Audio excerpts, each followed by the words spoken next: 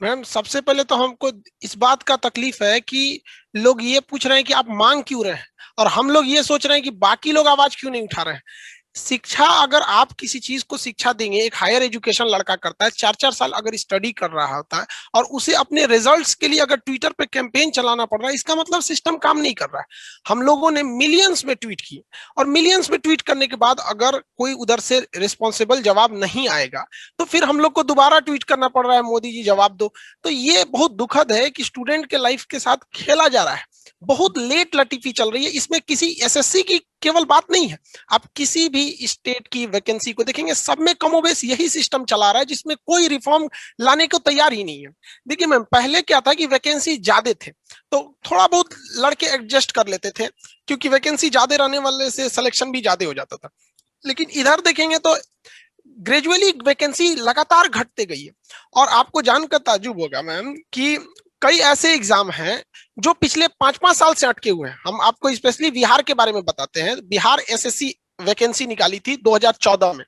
आपको जानकर ताज्जुब होगा 2021 आ गया, अब तक वो क्लियर नहीं है, और अभी उसमें कई चीजें बाकी हैं। फिजिकल टेस्ट बाकी है, टाइपिंग बाकी है, मेरिट लिस्ट है, मेडिकल होगा, फिर उसके बाद फाइनली ज्वाइनिंग होगी। ये लगभग लगभग इसको हो सके तो ये लोग 2024 तक खींच ले जाए सब। तो आप बताइए, अगर किसी एक वैकेंसी को आप देते हैं और उसे 8 से 10 साल में फाइनल करते हैं, तो वो लड़का तब तक तो वेटिंग में रहेगा ना। अगर तब तक वो 8 से 10 साल तक जो भी वैकेंसी आएगी सब में भरेगा। वो हो सकता है कि वो सेलेक्ट हो जाता और वो भीड़ कम हो जाती। तो इससे खुद एसएससी के ऊपर और जो भी रिक्रूटमेंट बॉडी उनके ऊपर एक्स्ट्रा बर्डन पड़ रहा है। जबकि अगर उन्हें विद इन टाइम अगर वो उसे क्लियर कर दे, तो ना ही हमें कैंपेन करनी पड़ेगी, ना ही स्टूडेंट्स को कोई तकलीफ उठानी पड़ेगी। वो आराम से पढ़ेगा, जॉब लेके चला जाएगा। मैम मैम सबको आप निजी नौकरी में नहीं ना भेज सकते हैं। सबको अगर आप ये कह देंगे कि निजी नौकरी में जाइए आप, तो उस लड़का उसी हिसाब से ना पढ़ाई करेगा। लड़के ने तो पढ़ाई किया है सरकारी हिसाब से, उसने हिस्ट्री, पॉलिटी, ज्योग्राफी, रीजनिंग ये सबको तैयारी करके हिसाब से रखा है। अगर उसको पहले ही गवर्नमेंट कह दे कि हम नहीं दे सकते हैं, तो वो लड़का निजी नौकरी के हिसाब से, कंपनी के रिक्वायरमेंट के हिसाब से अपने स्किल को डेवलप करेगा। अब एक लड़के ने रीजनिंग को, मैथ्स को, इंग्लिश को, जीएस को स्ट्रॉन्ग करके रखा है। अब वो जाएगा टीसीएस में जॉब लेने, वो पूछेगा तुमने ये पढ़ के लाया, इसका हमारे यहाँ जरूरत नहीं। तो जिस जैसे आप अगर क्लियर कह दीजिएगा कि नहीं हम नहीं दे सकते, तो लड़का वहां भी जाएगा, शिफ्ट हो जाएगा। लेकिन ये दो दो रणनीति होती है ना, लड़के मझधार में फंसे हुए हैं। आप नहीं दीजिएगा तो बेचारा जाएगा ही जाएगा, भूखे तो मरेगा नहीं वो, या सुसाइड तो नहीं करने का वो। नहीं, और सुसाइड की सोच आनी भी नहीं चाहिए। We do not ma'am support. ये जो इस सिस्टम है, ये मजबूर किया जा रहा है लड़कों को। क्लासरूम में आके मैम लड़के रोते हैं ऐसे।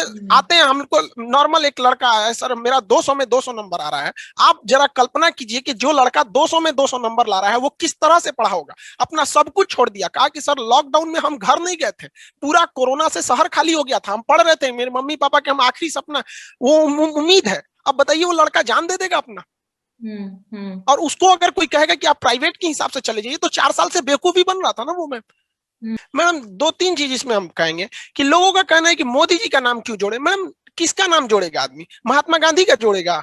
जो अभी हैं उन्हीं का ना नाम जोड़ेगा इंसान। आप बता दीजिए, या फिर मोदी जी बता दे कि हम किसका नाम जोड़ेंगे तो वो सुनेंगे। हम किसका नाम जोड़ सकते हैं? अभी के वक्त में हमारे लीडर वही हैं, हम उन्हीं का तो जोड़ेंगे। और रही बात राजनीति की, मैडम कोई टीचर स्टूडेंट राजनीति करता नहीं। बंगाल चुनाव है, आप किसी एक टीचर को बोलिए जिसने बंगाल चुनाव में एक भी स्टेटमेंट दिया हो, या कोई भी स्टूडेंट हो, उसको नहीं मतलब है कि चेन्नई में क्या हो रहा है, अभी जो पांडिचेरी में क्या राजनीतिक उथापतल हो रहा है, उसको कोई मतलब नहीं है। फिर भी आप कह रहे हैं कि टीचर्स राजनीति कर रहे हैं। मतलब हम जो वैकेंसी को क्लियर कराने की मांग की जा रही है, तो उसमें राजनीति होने लगी। मैम ये कहां से राजनीति हो सकता है मैम? इसको कुछ नतीजा निकला भी है मैम।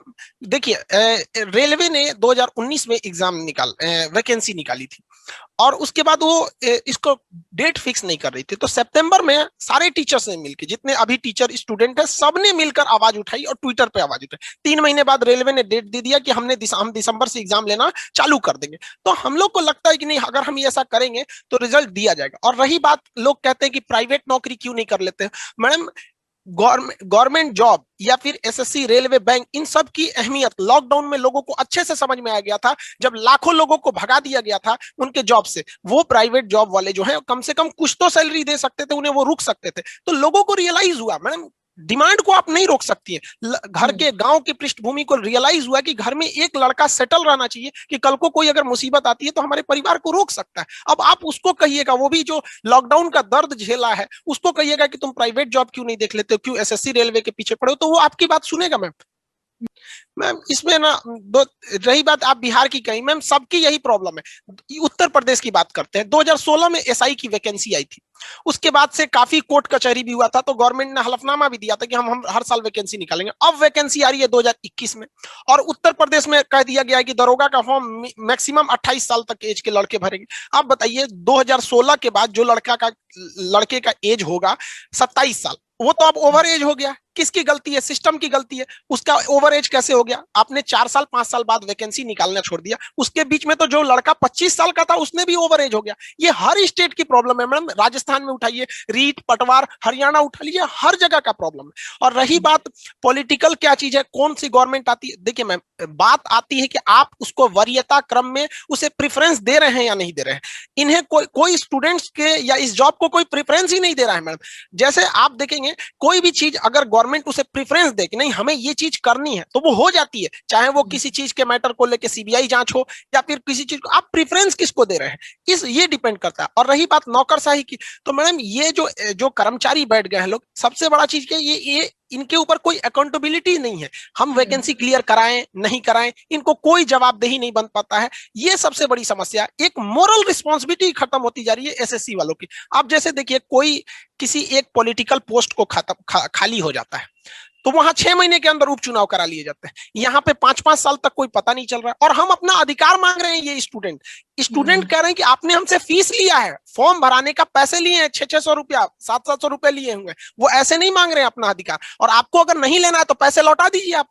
मैंने रखता है मैडम, 500 लड़के, आप मतलब ये गांव देखिए 500 रुपए उस बेचारे का पॉकेट खर्च आता है। हम बहुत से ऐसे लड़कों से मिले हैं जो कहते हैं कि सर, हम लोग के पास आते हैं कि सर डेट खत्म हो जाएगा, कुछ पैसे दे दीजिए। सोचिए मैडम, ये देश की हकीकत है कि 500 रुपए उसके पास फॉर्म भरने का नहीं होता है, आता है कि सर पैसे दे दीजिए। और उसका पैसे रख के अगर कोई कहता है कि 5 साल 6 साल तक कुछ नहीं होगा, मैडम ये क्या कर रहे हैं? अंग्रेजों को तो ये लोग, हमको लगता है कि एसएससी और ये नौकरशाही जो है, ये अंग्रेजों का भी रिकॉर्ड तोड़ना चाहते हैं अत्याचार के मामले में।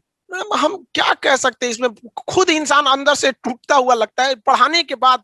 मतलब क्या कर सके, लड़के एकदम मन से पढ़ते हैं, पढ़ाई करते हैं।